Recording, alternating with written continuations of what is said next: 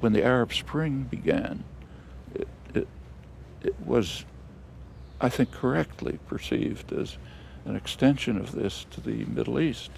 Well, it's kind of on hold at the moment, but I think it'll break out again. What's happening in Turkey today is another example of it. The defenders of Taksim Square are protecting the last part of the commons, the public space in Istanbul, from a wrecking ball. The wrecking ball is the neoliberal wrecking ball. Commercialization, gentrification, authoritarianism, and they're protecting it, and the state is using violent means to repress it. The indignados in Spain, or the demonstrators in Greece, same thing. Occupy movement started in New York, very quickly spread over the world, is another form of resistance to these policies. Basically, they're resistance to the neoliberal programs, which have many aspects to them. And it's a worldwide struggle in different forms and different places. The policies are different in different countries. And it's an attempt to gain some degree of democratic control.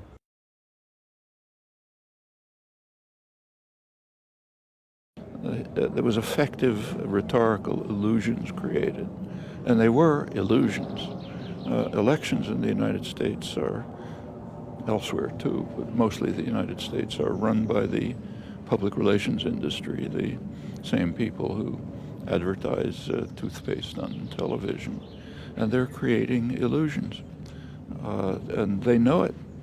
So right after the 2008 election, the advertising industry had its annual convention, and each year they give an award for the best marketing campaign of the year. They gave it to Obama. He beat out Apple Computer. Of course, they're giving it to themselves because they create the illusions, and it's a very short transition from commercial advertising to political advertising. They're both based on the same principle. The principle is to create an uninformed citizenry that will make irrational decisions.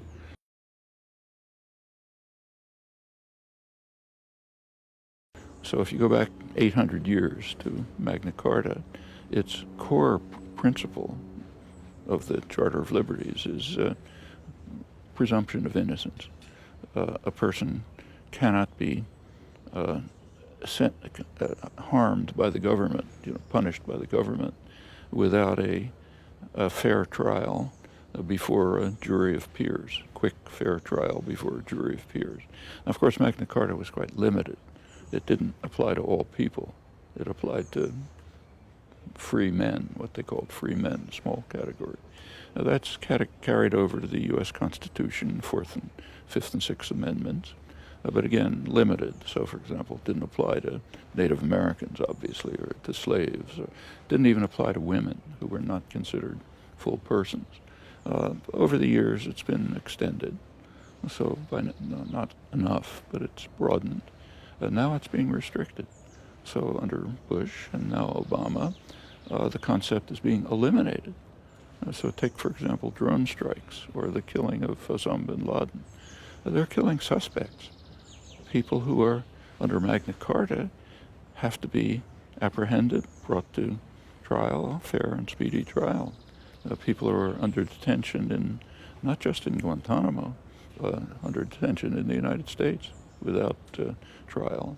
That's a violation of principles that go back 800 years.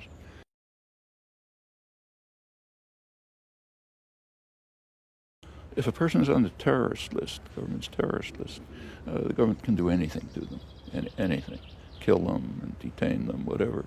What's the terrorist list? It's an executive decision without judicial review, without recourse for the person who's on it. Lists like that shouldn't exist. We shouldn't permit them.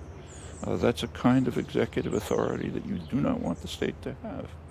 And it's quite interesting to look at the justifications that are given, which are accepted. That's the worst part. So what's the justification? Listen to Obama, read Thomas Friedman in the New York Times. The justification is we have to have surveillance to protect the country against terror. I mean, if we had anything like a free press, there would be headlines saying, this is a joke. The Obama administration is consciously creating terrorists. It's known at the highest level that the drone strikes, which are first of all a terrorist weapon, are generating terrorists. Take, say, the Boston Marathon bombing a couple of months ago.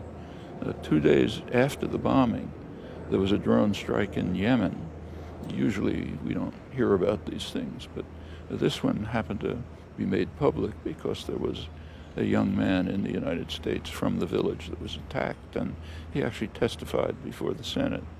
And he described what happened. He said that in his remote village, jihadis had been attempting for years to turn the population against the United States. They had failed because the only thing they knew about the United States was what he wrote to them, and he liked the United States, so they had a favorable opinion.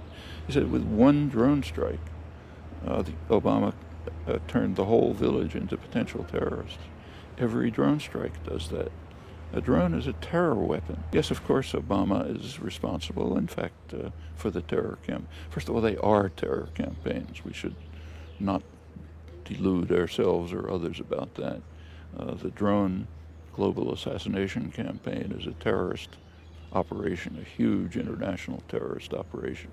We'd understand that if somebody was doing it against us, but we're doing it against them, so we don't consider it. But that's what it is. And yes, the person responsible ultimately is the president. In fact, he happily takes responsibility. He explains that he authorizes each strike, carefully decides to. They have what they call Terror Tuesday. On Tuesday morning, the president and his national security advisor, according to their own description, meet and decide who's going to be killed today. That's an international terror campaign. Of course, the people carrying out are responsible. There's institutional structure behind it. And those who perpetrate it should be held accountable. This is the least of it. If Obama were brought to the International Criminal Court, he should be charged for, among other things, with organizing the world's most extreme international terrorist campaign. I mean, Al-Qaeda is bad enough, but they don't come close to international terrorist campaigns like this. It's probable, we don't know, that rendition is still continuing. There's evidence to that effect, but it hasn't been investigated. If it is, it should be charged with that. And so should the countries that participated. I don't recall whether Germany participated. I think it did, but a number of European countries did participate in rendition, meaning sending suspects to countries ruled by brutal dictators in which you're guaranteed that they'll be tortured. It's also outlawed by Magna Carta, incidentally, 800 years ago. But many European countries participated in this, many others. The United States, of course, initiated it. These are major criminal charges. Aggression is a major criminal charge, the most serious, in fact, of all, supreme international crime. And you can go on. Detention without trial should not be tolerated.